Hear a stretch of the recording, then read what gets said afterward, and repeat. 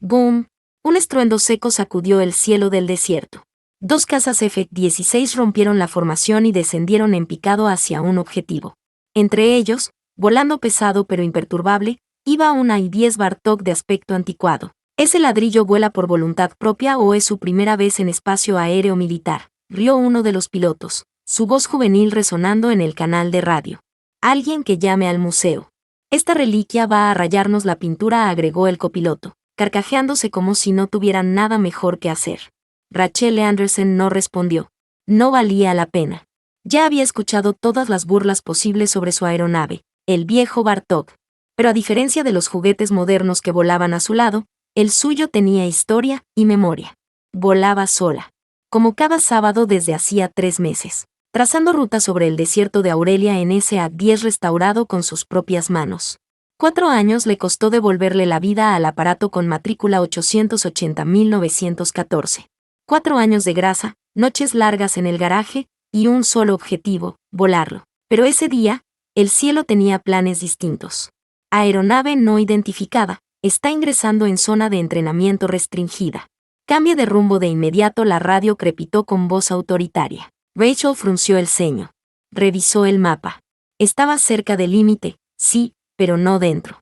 Al menos no según sus cálculos. Todo ese desierto podía engañar incluso al ojo entrenado. Aeronave Cebo November 3814 Charlie respondió firme. Corrigiendo rumbo. Solicito autorización para salir por rumbo 220. La pausa del otro lado fue más larga de lo que debía. Negativo. November 3814 Charlie. Ha violado espacio restringido. Mantenga posición. Será escoltada a perímetro base. Cumpla inmediatamente. Ella apretó los mandos.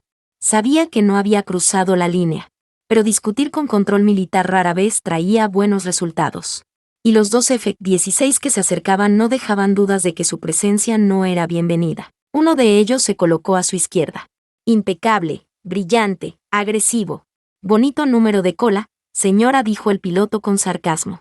¿Es auténtico o lo hizo a mano para que parezca de colección?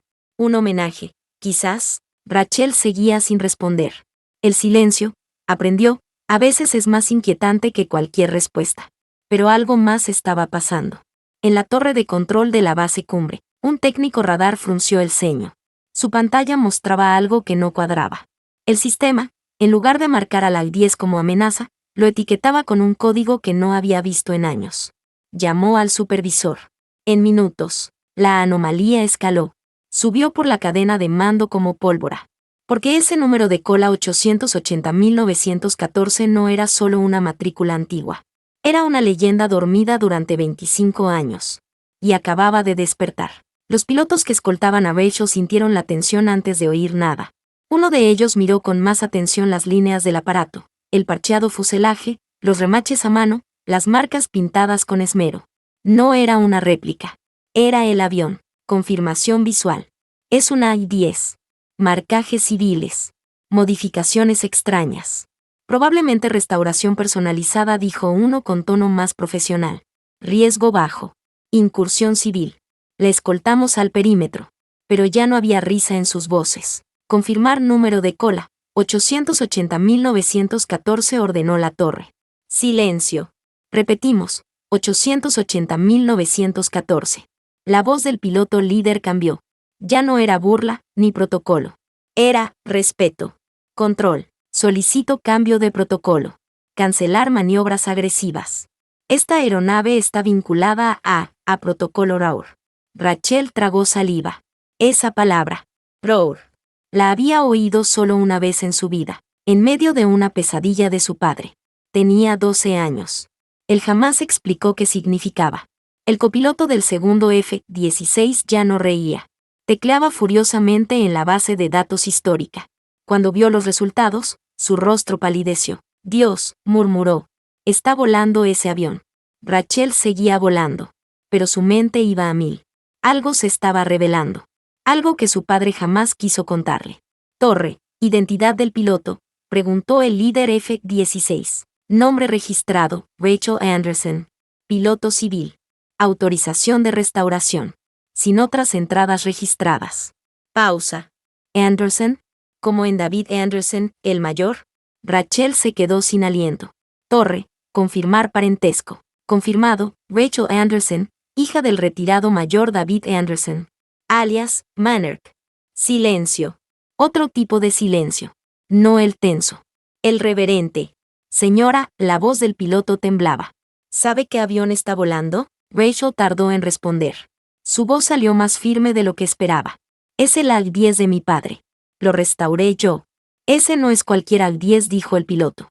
Es el Canyon Hold Bird, el que escribió el manual de misiones imposibles. En la torre, la coronel Jennifer Hess abrió un archivo sellado desde hacía 15 años. Fotos, informes, listas de bajas. Todo lo que Anderson había hecho en ese cañón infernal. 6 vidas salvadas. Una misión clasificada. Una técnica suicida que terminó convirtiéndose en protocolo. Roar.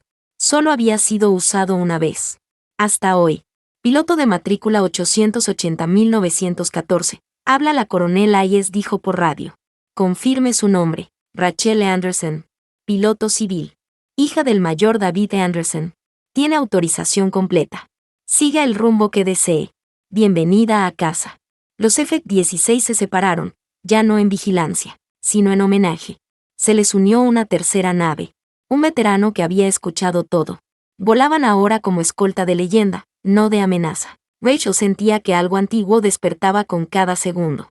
Los nombres, Mannerk, Canyon Old, Roar.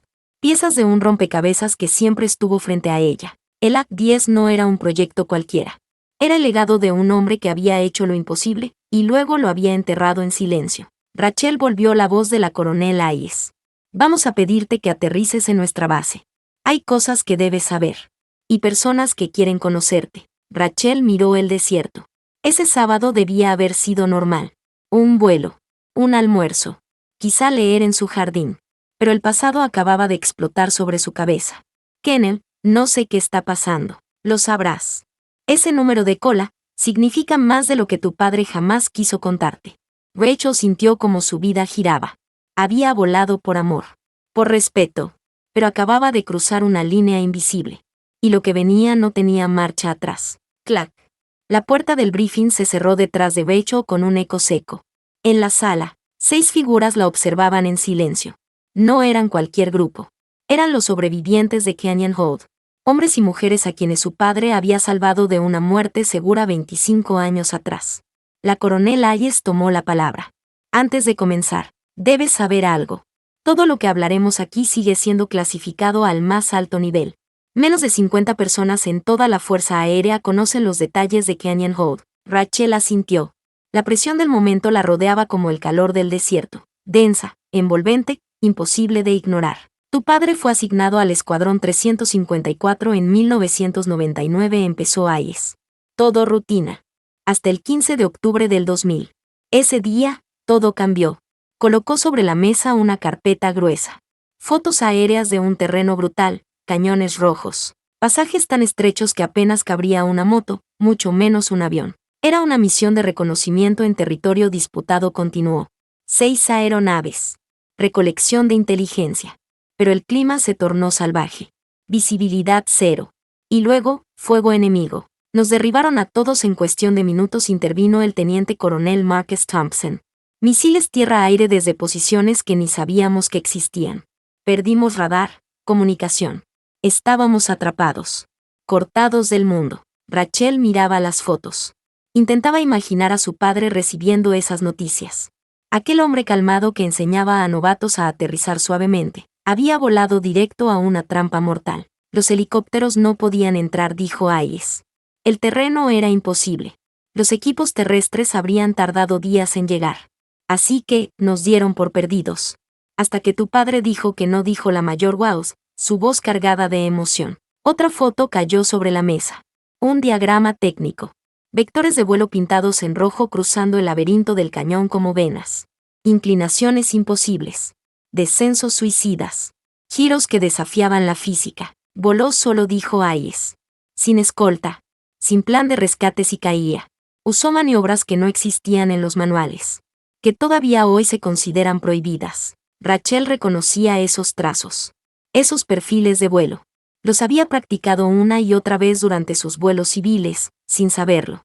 Y sobrevivió, preguntó, casi en un susurro. Hayes asintió y colocó la última foto.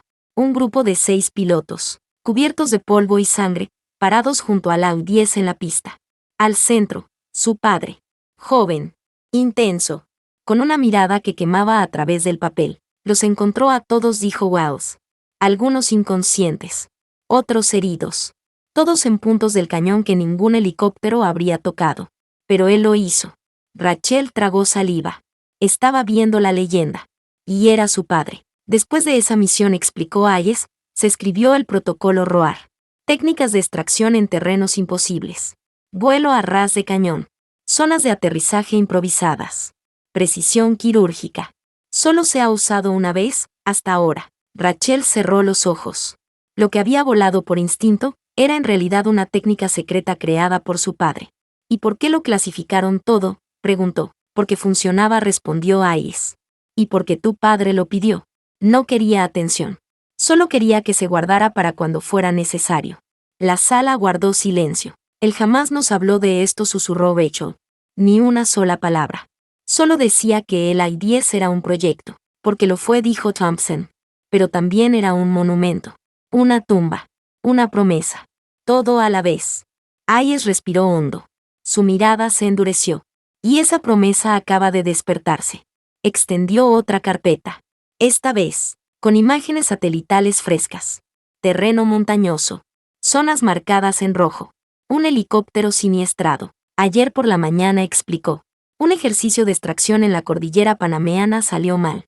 4 especialistas atrapados. Helicóptero averiado. Clima deteriorándose. Nadie puede entrar. Rachel ya sabía lo que venía. ¿Y quieren que yo? No queremos obligarte a nada, la interrumpió Hayes. Queremos darte la opción. La misma que tu padre tomó. Hay pilotos entrenados. Pero ninguno voló lo que tú volaste. Ninguno restauró el Bartok. Ninguno tiene ese legado. Rachel se levantó. Caminó hasta la ventana. El AF-10 seguía allí. Esperando. Como si supiera que su historia aún no había terminado. ¿Lo sabe mi padre? Todavía no. Protocolos. Primero hablamos contigo. Si aceptas, se le notificará como familiar directo. Rachel giró. En su interior, todo era caos. Pero su voz salió firme. Si lo intento, ¿será porque soy buena? ¿O solo porque soy su hija? Hayes no dudó. Por ambas. Porque volaste ese avión más que nadie. Porque lo conoces hasta el alma. Y sí, porque eres su hija. A veces, el legado importa más que el protocolo. Rachel tomó el expediente. Lo hojeó. 4 personas. Una oportunidad. ¿Cuándo partimos? Hayes sonrió con seriedad. Cuando estés lista. La ventana climática cierra en 14 horas. Rachel asintió.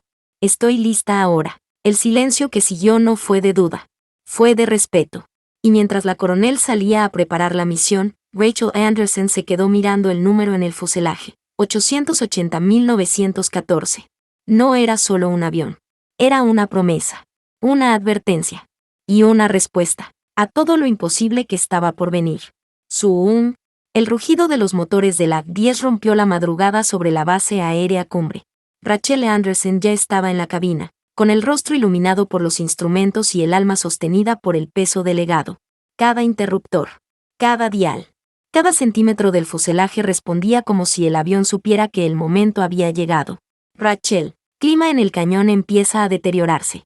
Tendrás 6 horas antes de que el frente tormentoso lo cierre todo. La voz de la coronel Hayes sonó en sus auriculares, firme pero con tensión contenida. Rachel no contestó de inmediato. Movió los controles con precisión. Confirmó los sistemas. Y entonces, al fin, dijo. Recibido. Estoy lista. Un técnico se acercó corriendo con una radio de mano. Anderson, tenemos a tu padre en línea. Rachel se quedó helada. No esperaba esa llamada. No ahora. Pásamelo. Hubo un clic. Y luego, esa voz que conocía mejor que cualquier otra. Hola, hija. Escuché que vas a hacer algo extremadamente estúpido y peligrosamente brillante. Rachel sonrió. Aprendí del mejor. Yo te enseñé a reparar aviones, no a meterlos en cañones imposibles. ¿Consejos? Silencio. Confía en el avión. Confía en tus manos. Pero sobre todo, no pienses demasiado. Cuando entres, no dudes. El avión sabrá qué hacer. Solo déjalo volar. Rachel tragó saliva. ¿Estabas asustado cuando hiciste Canyon Hold? Aterrorizado respondió sin rodeos. Y esa fue mi ventaja. El miedo me mantuvo vivo. No lo niegues. Úsalo. La torre cortó la línea. Anderson tiene autorización inmediata de despegue. Viento favorable. Visibilidad aceptable. Rachel respiró hondo. Pulsó el comunicador por última vez. Te quiero, papá. Tráelos a casa, Rachel. Y luego, vuelve tú también. El A-10 rodó por la pista como un titán dormido que acaba de despertar. Las turbinas rugieron. El suelo vibró. Y en segundos, Rachel Anderson estaba en el aire, volando hacia lo imposible. 43 minutos después, la cordillera panameana surgía en el horizonte como un monstruo de roca y viento. Rachel descendió a altitud de reconocimiento. ¿Ves, Phoenix? Tengo visual de la zona externa del cañón. Iniciando descenso. Copia. Anderson. La tripulación escuchó tus motores. Están activos y a la espera de suministros. Rachel descendió a 500 pies. La garganta del cañón se abría ante ella, angosta, torcida, cruel. Los mapas no le hacían justicia. Aquello no era geografía. Era una trampa mortal tallada por los dioses con mala leche. 3 pasadas. Eso le tomó. En la tercera, vio la mancha metálica del helicóptero estrellado. Estaba encajado en una repisa no más grande que una pista de tenis. 4 figuras de naranja brillante agitaban los brazos. Base Phoenix. Tengo visual del equipo. Iniciando secuencia de lanzamiento. Ajustó el ángulo. Abrió compartimientos. 4 paquetes descendieron como flechas. Botiquín, agua, radio de emergencia y bengalas. Entrega exitosa.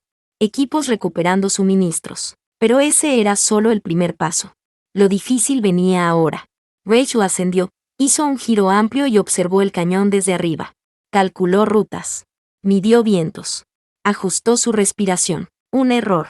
Un segundo de duda. Y acabaría estampada contra las paredes verticales. No había margen. No había red. Base Phoenix, Anderson. Iniciando aproximación final. Copia. El equipo está preparado para evacuación inmediata. Rachel bajó el morro y se lanzó. El interior del cañón la devoró de inmediato. Las paredes parecían acercarse con cada metro. El viento cambió. Empezó a empujar el avión como una mano hostil. Pero el Bartok respondía. Como si recordara. Cada movimiento era exacto. Cada corrección, perfecta.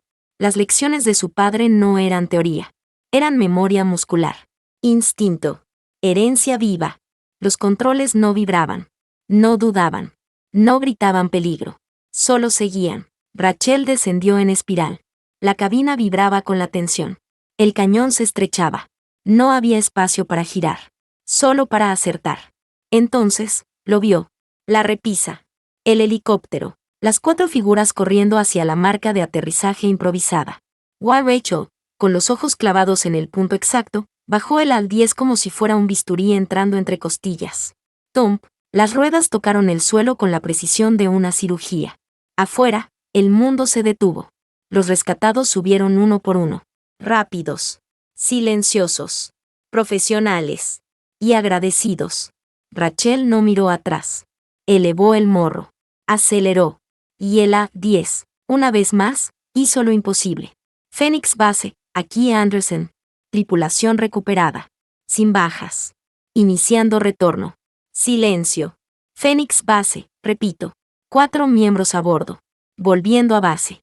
La respuesta fue simple. Bien hecho, Anderson. Bienvenida al panteón. En la pista de cumbre, el A-10 aterrizó como un dios cansado que volvía a casa. Todos estaban mirando. Técnicos. Pilotos. Mando. Y los federales. Rachel apenas apagó motores cuando vio las SUV negras acercarse como hienas oliendo sangre. La coronel Hayes la esperaba, con expresión dura. Tenemos un problema, dijo sin rodeos. El Pentágono se enteró antes de que pudiéramos controlar la narrativa. Y mandaron a su propio enjambre. Un hombre de traje gris descendió del vehículo con paso firme y cara de desprecio institucional. Señorita Anderson, dijo con voz cortante. Soy el subsecretario Morrison del Departamento de Defensa. Necesitamos hablar. Ahora. Rachel se quitó el casco. El sudor aún corría por su cuello. Pero su voz era firme. Como el acero de su avión. ¿En qué puedo servirle? Puede empezar explicando por qué creyó apropiado ejecutar una operación militar clasificada siendo civil, violando al menos 17 reglamentos federales. Rachel lo miró como si hablara otro idioma. 4 vidas estaban en juego. Y yo tenía el único medio y la única preparación capaces de salvarlas. ¿Quería que esperara su bendición burocrática mientras morían congelados? Eso no justifica poner en riesgo técnicas clasificadas. Entonces, una nueva voz atravesó el grupo. Lo que ella hizo es exactamente para lo que se creó el protocolo ROAR. Todos voltearon. Una mujer de uniforme impecable, mirada afilada y presencia dominante se acercaba. General Patricia Thornton se presentó, sin dar opción a réplica. Morrison intentó hablar, pero ella lo silenció con una mirada. El protocolo ROAR existe para cuando todo lo demás falla. Y hoy, funcionó. Mejor de lo que cualquier simulacro podría soñar. La señorita Anderson ejecutó la maniobra con precisión absoluta. Pero es una civil. Y su padre era un pionero. Ella voló su avión, replicó sus técnicas y salvó vidas. ¿Quiere castigarla por eso? Rachel no dijo nada. Sabía que esa batalla no era suya. Pero había algo que sí quería dejar claro. General dijo. Esto significa que... Thornton asintió. Significa que acabas de probar que algunos legados no mueren. Solo esperan el momento justo para resucitar. Y ese momento había llegado. ¡Clac! La puerta del hangar se cerró detrás de Morrison con la misma frialdad con la que había llegado. Pero su partida no significaba paz, solo una pausa. Porque Rachel Anderson acababa de descubrir que, a veces, volar el avión correcto es suficiente para despertar un avispero político. Esto va a generar ruido, dijo la general Thornton, cruzándose de brazos. Mucho. Rachel observó el Al-10 frente a ella. Imperturbable. Cubierto de polvo y gloria. En el fuselaje, el número de cola brillaba con una modestia engañosa. 880.914. La matrícula que desenterró un secreto. La leyenda que ahora amenazaba con volverse problema. ¿Y ahora qué?, preguntó. La coronel Hayes se adelantó con una carpeta en mano. Ahora, damos un paso adelante. La carpeta era gruesa. Clasificada. Pero lo que había dentro no era secreto. Era historia. Era sangre. Era técnica. Todo lo que su padre había hecho en ese cañón. Todo lo que Rachel acababa de replicar. El Pentágono lo aprobó, dijo Hayes. Contra todo pronóstico. Protocol ROAR será formalmente reactivado. Como doctrina oficial. Y tú, Rachel, eres la prueba viviente de que funciona. Rachel abrió la carpeta. Entre los informes técnicos y análisis de misión, encontró algo más. Una hoja suelta. Escrita a mano. Firmada por la misma Thornton. Algunas tradiciones valen más que cualquier manual. Gracias por recordarnos por qué hacemos este trabajo. Rachel no supo qué decir. Por primera vez en días, se sintió reconocida. No por ser hija de David Anderson, sino por lo que había hecho. Ella. Con sus manos. Con sus decisiones. Eso no es todo, agregó Thornton. Queremos ofrecerte una posición. Rachel alzó la vista. ¿Qué clase de posición? Instructora civil. Programa Protocol ROAR. Acceso completo. Aviones reales. Misiones reales. Queremos que formes a los próximos pilotos que enfrentarán lo imposible. Por un momento, Rachel se quedó en blanco. Miró a su alrededor. Técnicos caminando. Aviones despegando. Cadetes saludando. Pensó en su padre, enseñando a novatos a aterrizar en Phoenix. En su voz tranquila. En sus manos temblorosas. En las pesadillas que nunca explicó. ¿Qué dijo él cuando ustedes le ofrecieron algo parecido hace 25 años? Thornton sonrió. Dijo que ya había hecho su parte. Que prefería enseñar a volar por las razones correctas. Pero también dijo algo más, que si algún día sus técnicas volvían a ser necesarias, buscáramos a alguien que supiera lo que ese avión realmente significaba. Rachel tragó saliva. ¿Y creen que soy yo? No. Sabemos que eres tú. Una semana después, Rachel entró al hangar donde le esperaba un grupo de jóvenes pilotos. 20 rostros. Ojos brillantes. Cuerpos rectos. Esperaban algo más que una clase. Esperaban comprender lo que Protocol ROAR realmente significaba. ¿Es cierto que solo 2 pilotos han completado extracciones con este protocolo?, preguntó un teniente joven. Hayes asintió. David Anderson en el año 2000. Y su hija, Rachel Anderson, hace unos días. Ambos usando el mismo I-10. Ambos enfrentando situaciones que nadie más pudo resolver. Todas las miradas giraron hacia Rachel. El teniente bajó la voz. ¿De verdad va a enseñarnos usted? Rachel no respondió enseguida. Se acercó a la I-10. Apoyó la mano en su fuselaje.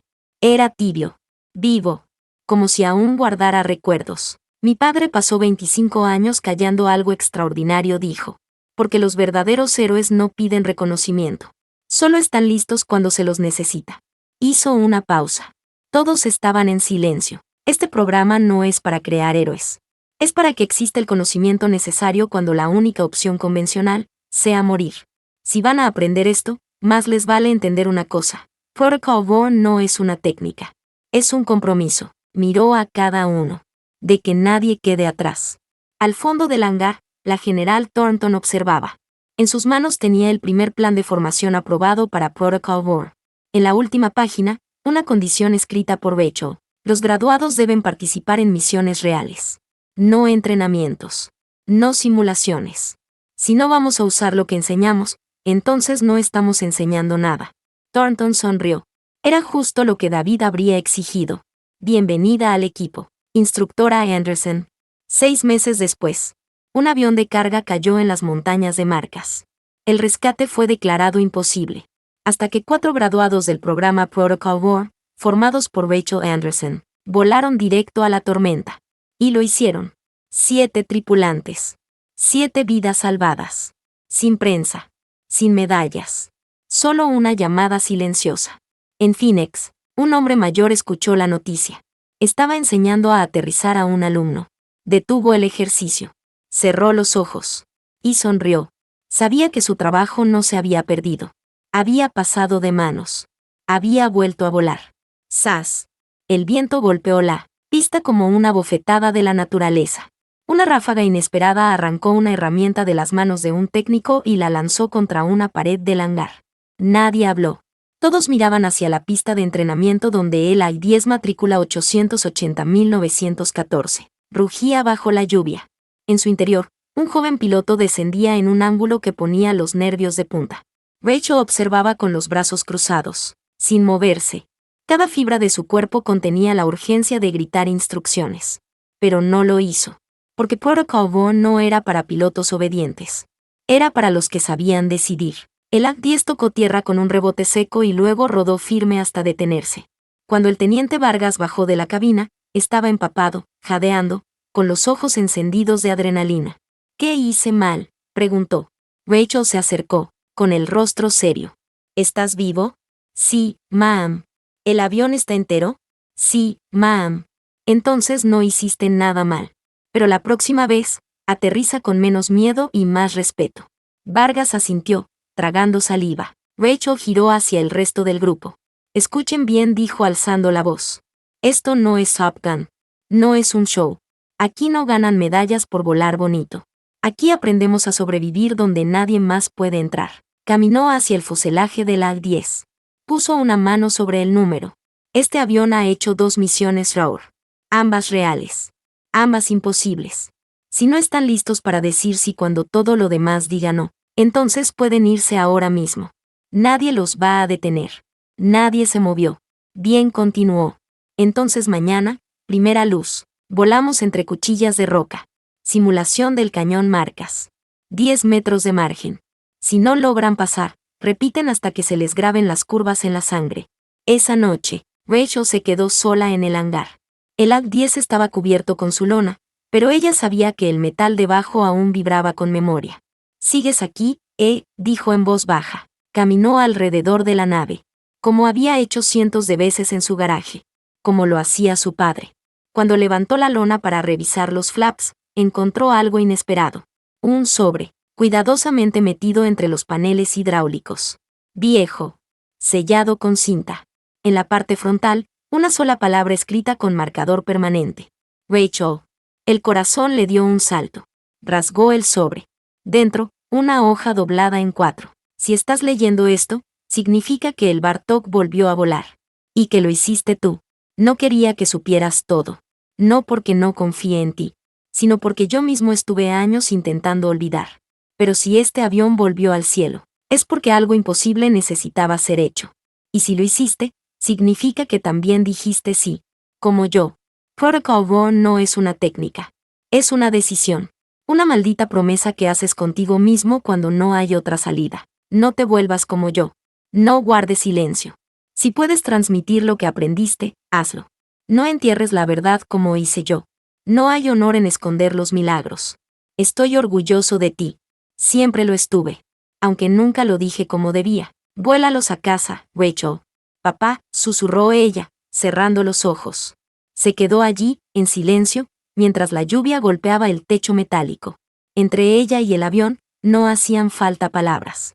Al día siguiente, los ejercicios comenzaron a las 5. 4:10 despegaron. 2 instructores. 2 aprendices. El cielo estaba despejado, pero los vientos eran crueles. Rachel lideraba la formación. Detrás, Vargas seguía con el ceño fruncido, repitiendo los pasos como una letanía. Base cumbre, aquí Raptor 1. Iniciamos patrón de cañón simulado. Altitud 300 pies, velocidad constante. Recibido, Raptor 1. Buena casa. El cañón artificial era una réplica exacta del Marcas. Muros estrechos. Curvas ciegas. Márgenes de error reducidos al centímetro.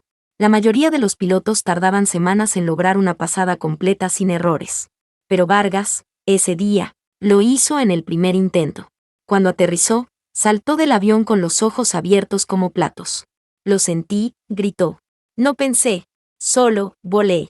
Rachel se acercó con una sonrisa torcida. Ahora entiendes. El avión recuerda. Esa misma tarde, el Pentágono envió un nuevo emisario. Pero esta vez no llegó en SUV negra, ni con cara de funeral. Llegó en helicóptero militar. Y traía otra carpeta. Señorita Anderson dijo con voz grave pero educada. En nombre del Departamento de Defensa, se le extiende una condecoración especial por contribuciones excepcionales al desarrollo de técnicas avanzadas de rescate aéreo. No necesito medallas, respondió Rachel. Necesito más pilotos entrenados. Eso está ocurriendo, dijo el hombre. A partir de hoy, Protocol War será parte del entrenamiento oficial en 3 bases aéreas. Con usted como instructora principal. Rachel asintió. Y por primera vez, aceptó el reconocimiento. Porque no se trataba de ella. Se trataba de los que vendrían después. Los que dirían sí, cuando nadie más se atreviera. Esa noche, en Phoenix, David Anderson abrió su casilla de correo. Dentro, una pequeña caja metálica con una placa brillante. Protocol War Instructor 001, Rachel Anderson. Vuélalos a casa. El viejo piloto se sentó en silencio en el porche. Cerró los ojos y sonrió. ¡Cabo! La alerta de explosión sacudió las pantallas del centro de operaciones como un latigazo. Un convoy de suministros en la región fronteriza de Barak había sido emboscado. Helicópteros derribados. Rutas bloqueadas. 5. Soldados atrapados entre 2 líneas enemigas. Y el reloj corría en su contra. Se estima que en menos de 3 horas serán descubiertos, informó un oficial táctico. No hay rutas terrestres. Y el clima está empeorando por minutos. El general Thornton se giró hacia la pantalla donde aparecía una sola palabra codificada. Roar. Rachel colgó la llamada sin decir una palabra. Se quedó unos segundos en la oscuridad del hangar. Afuera, las luces de la base parpadeaban como ojos cansados. Ella sabía lo que significaba esa llamada. Esta vez no era entrenamiento. No era simulacro. Esta vez, era la última vez. Caminó hacia el A-10 como si fuera un altar. La pintura del fuselaje comenzaba a descascararse. El metal tenía cicatrices nuevas. Pero el número seguía allí, 880.914. Una más, viejo, murmuró, pasando la mano por el costado. Entró al cockpit. Encendió sistemas. Ajustó controles. Todo funcionaba. Todo estaba listo. Como siempre. Vuelo autorizado, dijo el controlador. Este será su último despliegue, Anderson. Después de esto, el Bartok será retirado. Rachel no respondió. Sabía que ese avión no estaba hecho para el retiro. Estaba hecho para decir adiós volando. El viaje hacia Barak fue un combate contra el tiempo. Tormentas eléctricas. Vientos cruzados. Visibilidad limitada. Pero nada que Rachel no hubiera enfrentado antes. Las coordenadas del equipo atrapado marcaban un paso montañoso con solo una entrada posible. Los helicópteros no podían bajar. Y los F-35 eran inútiles en espacio tan cerrado. Base Barak. Aquí Anderson dijo al comunicador. Iniciando patrón RAOR. Descenso a 200 pies. Confirmar estado del equipo. Están vivos. Heridos, pero respondiendo. Preparados para extracción. Pausa. Anderson, ese cañón es demasiado estrecho. Si entra, no podrá girar para salir. Rachel miró el mapa. La entrada era una cuchilla. La salida no existía. Recibido. Y no dijo más. La entrada al cañón fue un corte quirúrgico en la noche. La lluvia azotaba la cabina. El radar chirriaba. Pero Rachel lo apagó. No necesitaba sensores. Necesitaba escuchar al avión. El Bartok respondió como un animal viejo y orgulloso. Cada curva, cada inclinación, cada latido de sus motores era perfecto. En la base, los técnicos miraban la trayectoria con incredulidad. Está haciendo lo mismo que su padre, pero al revés. En el fondo, alguien murmuró. ¿La va a sacar en línea recta? Está loca. Rachel divisó las luces de emergencia. 5 figuras bajo una saliente rocosa. Uno de ellos agitaba los brazos. El Bartok descendió, se apoyó sobre la repisa como un felino de metal y abrió compuertas. «Suban ahora», gritó por el altavoz. «No hay segunda oportunidad». Los soldados corrieron, tropezaron, cayeron y se levantaron. Uno por uno subieron. Sangre, gritos. Pero todos a bordo. Rachel cerró compuertas. Y pisó el acelerador. No había salida. No había vuelta. Solo una línea recta entre muerte y milagro. El cañón era un túnel de cuchillos. El más mínimo desvío, y se acabaría todo. Pero Rachel no parpadeó. El Bartok no tembló. Y juntos, hicieron lo imposible. «Confirmado», gritó el radarista. «Salió. Está viva». «Dios mío», lo logró. En la sala de operaciones, todos estallaron. Thornton cerró los ojos. Susurró. «Raur completo». Horas después, Rachel aterrizó en la pista auxiliar de Barak. Los soldados bajaron del avión, temblando.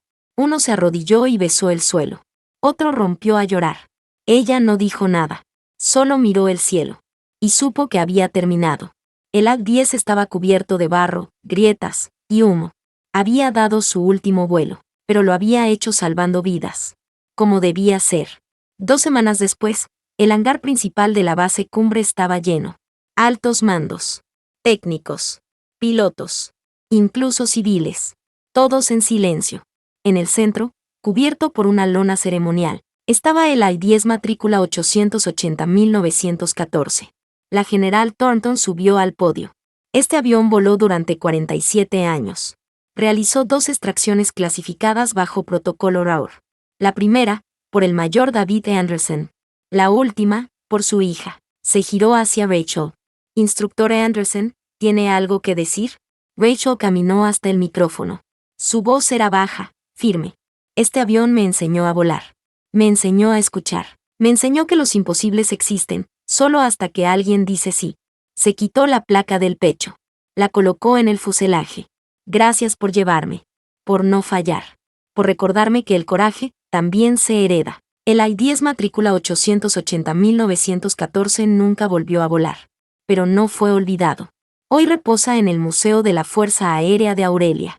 No en un rincón. No como pieza antigua. Sino en el centro. Bajo una inscripción que dice: «El avión que no conocía el no». El legado que voló 2 veces. El rugido que nunca cayó. Y cada año, nuevos pilotos se detienen frente a él. Algunos tocan el fuselaje. Otros simplemente observan. Y si uno escucha con atención, entre las paredes del hangar, entre el silencio del metal viejo, todavía puede oírlo rugir.